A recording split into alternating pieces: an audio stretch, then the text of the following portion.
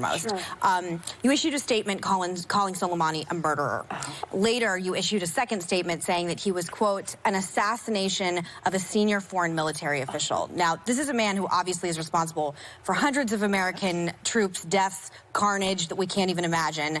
The Treasury Department and the State Department have both designated the Islamic Revolutionary Guard Corps as a terrorist organization. I don't understand the flip-flop. I don't understand why it was so hard to call him a terrorist, and I would just like you to explain. So, I appreciate it, and I appreciate your kind comments. You know, all three of my brothers served in the military. We've talked about this before. I believe you respect the military. And I know you do, too. This isn't a change. They're true. The question is, what is the response that the President of the United States should make, and what advances the interests of the United States of America? Think about Saddam Hussein. You want to talk about a bad guy, right?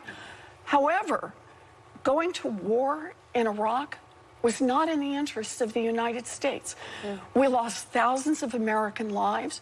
It cost us here at home. It has cost us around the world. It has been a part of this cost in the Middle East that has ended up with millions of people who've lost their lives, who've been injured, who've been displaced. The question for the President of the United States is to understand what's going on, have an overall strategy, and pick an appropriate response. And going back to Ruby's question, at an appropriate time. He's part of a group that has been designated. He is part of a group that's been designated as a terrorist. Of course he is. He's part of a group that our federal government has designated as a terrorist. The question, though, is what's the right response?